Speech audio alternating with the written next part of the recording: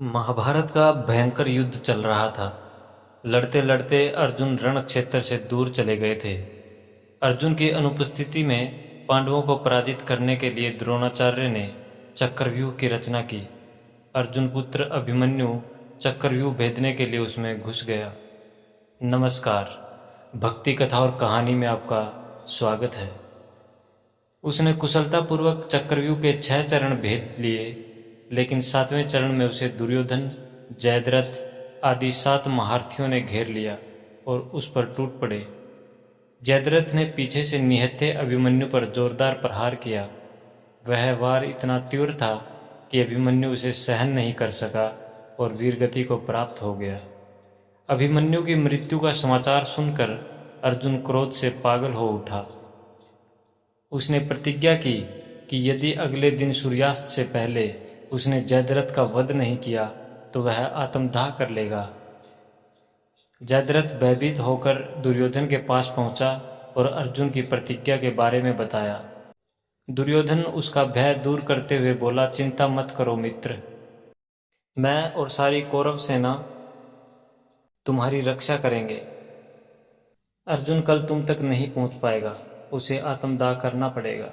अगले दिन युद्ध शुरू हुआ। अर्जुन की आंखें जयद्रथ को ढूंढ रही थी, किंतु वह कहीं नहीं मिला। दिन बीतने लगा। धीरे धीरे अर्जुन की निराशा बढ़ती गई। यह देख श्री कृष्ण बोले, पार्थ, समय बीत रहा है और कौरव सेना ने जयद्रथ को रक्षा कवच में घेर रखा है। अतः तुम शीघ्रता से कौरव सेना का संहार करते हुए अपने लक्ष्य की ओर बढ़ो।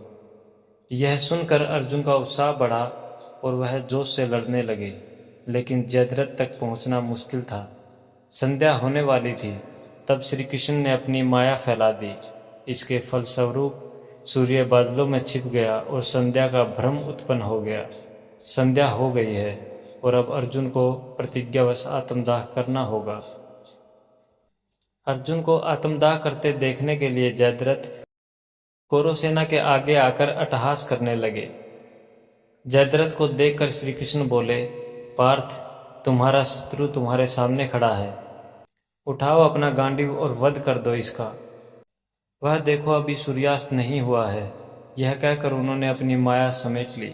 देखते ही देखते सूर्य बादलों से निकल आया। सबकी दृष्टि आसमान की ओर उठ गई। सूर्य अभी भी चमक रहा था। यह देख जयद्रथ और दुर्योधन के पैरों तले जमीन खिसक गई। जयद्रथ भागने को हुआ, लेकिन तब तक अर्जुन ने अपना गांडीव उठा लिया था।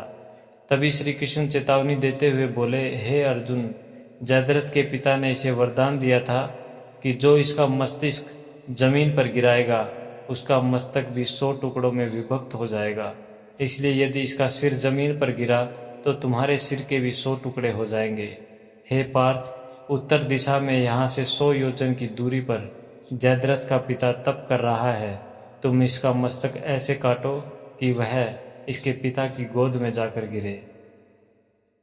अर्जुन ने श्री कृष्ण की चेतावनी ध्यान से सुनी और अपनी लक्ष्य की ओर ध्यान कर बाण छोड़ दिया।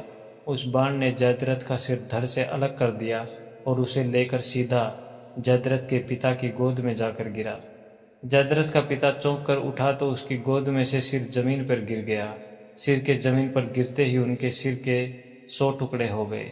इस प्रकार अर्जुन की प्रतिज्ञा पूरी हुई। जय हिंद।